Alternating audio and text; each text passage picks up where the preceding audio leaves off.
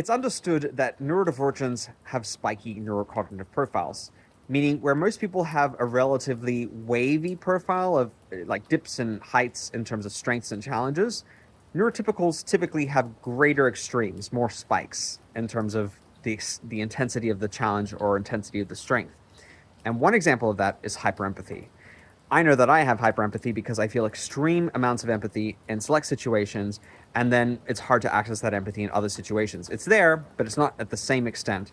So, for example, growing up, I felt intense empathy for animals to the extent that when I was 6 or 7, I decided I'd become vegetarian because I saw a PETA ad and I was put off by the images of these chickens in battery farms and how terrible the treatment was, and it felt very guilt-inducing for me. And suddenly I was like, I can't, in good conscience, eat meat because these animals are suffering, and it doesn't sit well with me. And that empathy continued throughout my life with animals, and I was able to grow it to the extent that I could start to feel empathy for human beings as well. Like that was a process, a learning process, because it was hard to relate to human beings when I was younger because I just didn't understand how other human beings worked, i.e., neurotypicals. The wiring just didn't make sense to me. But as I've grown as a person, I've been able to increase my access to that empathy. But this extreme of hyperempathy can result in really unexpectedly strong reactions to certain things, huge emotional responses that the situation might not warrant according to other people and their perceptions. And so, for example, as a therapist, for the most part, I'm presenting well balanced and not dysregulated. But if something touches me in a session, I'm a human being and I'll have a human response. And I sometimes will start crying. It'll be almost like a mechanical response. My eyes will start watering, and I might even, in some instances, feel like sobbing. And actually, internally, I feel fine. There's no extreme emotion that I'm experiencing as a result of this physiological response.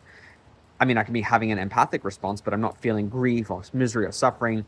It's not conjuring anything from my personal experience necessarily. It might be touching a nerve, a personal nerve, but that's not what's at the forefront of my mind. I'm just having a huge emotional response to something somebody might tell me. A client in session might express their horrible experience that they went through, grief that they're suffering, and I might have an experience that aligns with that, and maybe that could be true, but I'm having an actual full-bodied empathic, hyper-empathic response to what they're sharing, and it bypasses any conscious thought. And you could say that this is essentially a human thing, right? We all have human responses, but my response is a lot stronger, and I have to kind of control it and hold it in, and I'll be fine. I can function just fine. But there's this huge, my body wants to have this huge emotional response because I'm attuning to what they're saying and aligning with what they feel. And if a client has, a good relationship with me, they'll see it as a moment of empathic connection. And if they are, let's say, avoidant or disorganized in their attachment, or they're critical of me or a critical person in general, and they're critical of the therapy process, they'll think that I don't have it together, and they have their own projections and assumptions about, why I'm having this response. Maybe I'm making it about me. Maybe I don't have good personal boundaries and I can't hold their information, and I'm not experienced enough to hold their information, which I understand why someone might arrive at that perception. But this is just an example of how hyperempathy can be misread. And I have to kind of explain in those instances, and there haven't been many of them, thankfully, but I've had to explain, like, I'm good. Like, I'm just having a human response, and I care. I care about you. Part of the therapy process is that I see myself as an attachment figure who attunes to my clients and cares about them. That's what draws me to it. Is it's an opportunity to express my hyperempathy and lean into that for a pro-social purpose.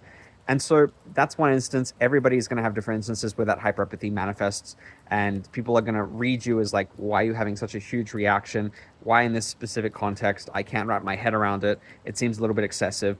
And with ADHDers, there's an added component of, with hyperempathy, is you can have emotional storms. So like a huge emotional response will blow in.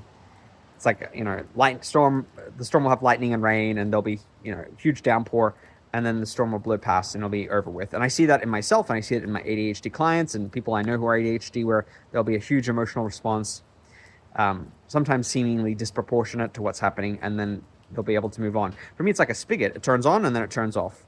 And that could also be a trauma response, and many of us have complex PTSD. So accessing emotions and experiencing them can come in these extremes. And as a result of difficulty around regulating our emotions, as a result of our neurodivergence and that trauma, the reactions we have when we're expressing hyperempathy can contribute to the extreme kind of reactivity that we have, or the outsized reaction that people are perceiving. Have you experienced hyperempathy in some form and had a reaction that was perceived to be disproportionate by other people at the time? How did it feel for you? Did it help you connect with people? Did it show people, a more tender, vulnerable side, or were people kind of recoiling or judging you about it, or not understanding it, or screwing up their expressions and looking at you like you're an alien? I would love to hear all about your experiences.